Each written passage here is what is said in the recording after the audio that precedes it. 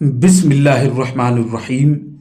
اس فصل کے اندر جملہ کے دو اقسام خبریہ اور انشائیہ کے بارے میں بتایا جائے گا کہ جملہ خبریہ اور جملہ انشائیہ کسے کہا جاتا ہے، اور اسی فصل کے اندر جملہ خبریہ کے اقسام جملہ اسمیہ اور جملہ فعلیہ کے بارے میں بتایا جائے گا کہ جملہ اسمیہ اور جملہ فعلیہ کسے کہا جاتا ہے، اور اسی طریقے سے جملہ انشائیہ کے اقسام کے بارے میں بھی بتایا جائے گا کہ اس کے اقسام کتنے ہوتے ہیں۔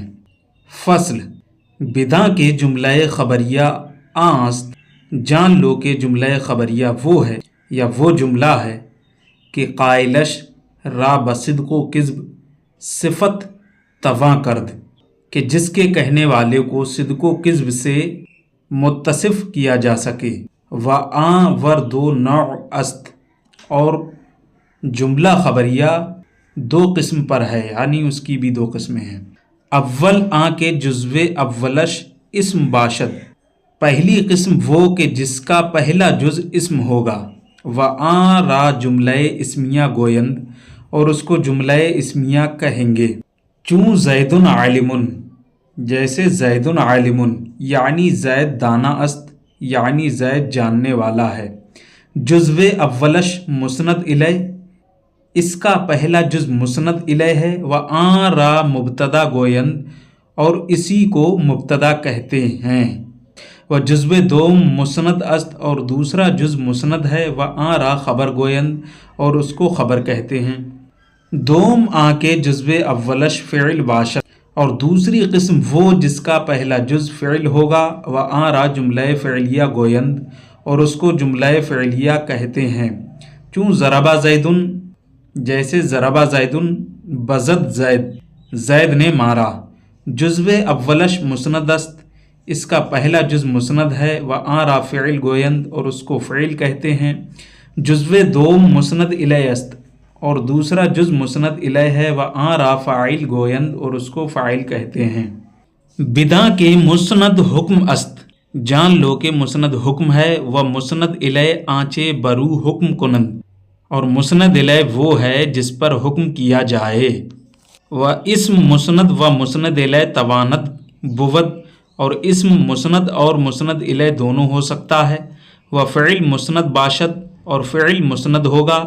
و مسند الیہ نتوانت بود، اور مسند الیہ نہیں ہو سکتا۔ و حرف نہ مسند باشد و نہ مسند الیہ، اور حرف نہ مسند ہوگا اور نہ مسند الیہ۔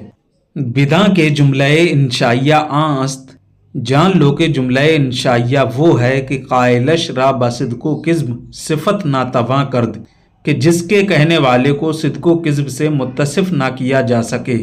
و آں ور چند قسم است، اور وہ یعنی جملہ انشائیہ چند قسم پر ہے، یعنی اس کی چند قسمیں ہیں۔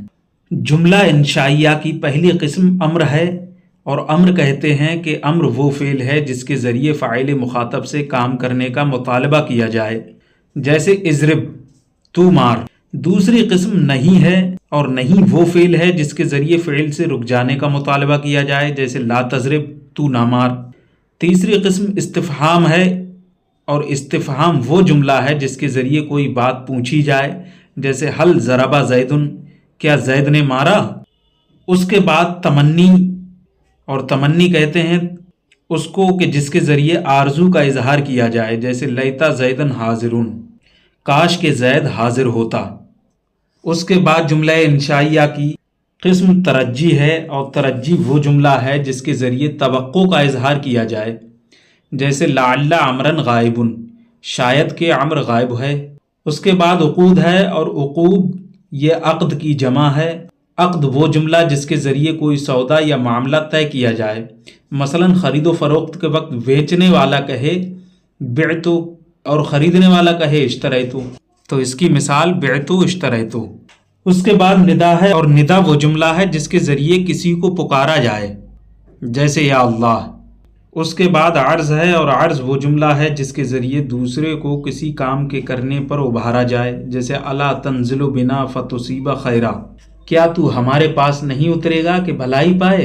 اس کے بعد قسم ہے، اور قسم وہ جملہ ہے جس کے ذریعے کسی محترم چیز کا ذکر کر کے اپنی بات کو پختہ کیا جائے، جیسے واللہ لا اضربن زیدن، خدا کی قسم میں زید کو ضرور ماروں گا۔ اور اس کے بعد تعجب جس چیز کا سبب مخفی ہو، اسے دیکھنے سے انسان پر جو حالت طاری ہوتی ہے اسے تعجب کہتے ہیں، جیسے ما احسنہ و احسن بھی، دونوں کا معنی ایک ہی ہے، یعنی وہ کتنا حسین ہے۔